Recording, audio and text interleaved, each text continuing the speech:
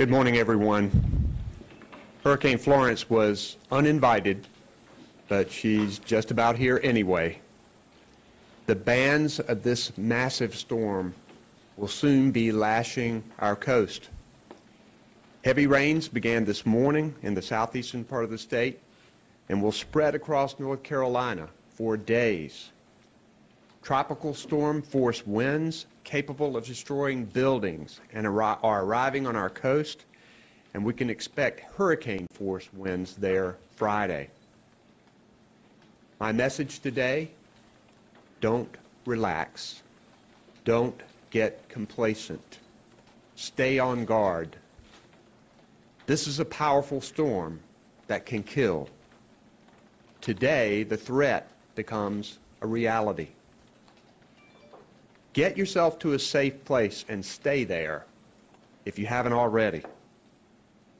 Over the next few hours, many roads will become unsafe and impassable from debris and flood waters. Don't drive during the peak of the storm, and don't attempt to drive through flooded roads. That puts your life in danger. I know many North Carolinians see updated storm tracks, changing categories of the hurricane, and landfall predictions. I'm concerned because I've even heard some people say that North Carolina is getting a break. Please hear my message. We cannot underestimate this storm. Wind speeds may have dropped some from yesterday, but we've traded that for a larger wind field that expands 200 miles with tropical storm force winds. And our greatest concern about this storm remains the same: storm surge and massive flooding. Both are going to be extreme. Catastrophic effects will be felt outside the center of the storm due to storm surge as high as 9 to 13 feet.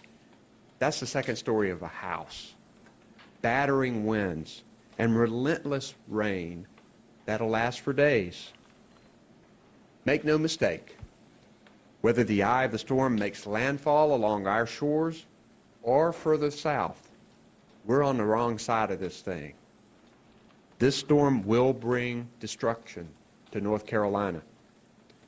And remember that Hurricane Matthew didn't even make landfall in North Carolina, and look what it did to us.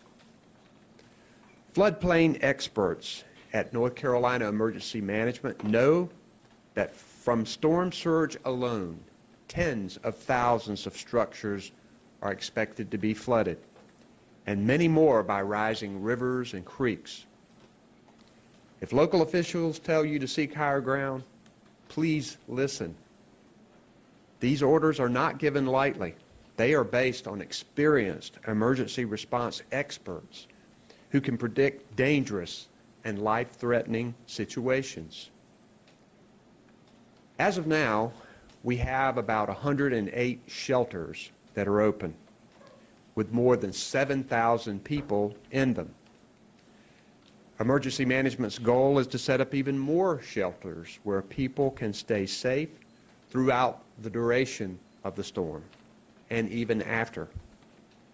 We appreciate local communities stepping up to host storm evacuees, and we're grateful to the volunteers for helping us out at these shelters. I've ordered 2,800 National Guard soldiers to report for duty to help in this time of crisis, and we are truly grateful for their service.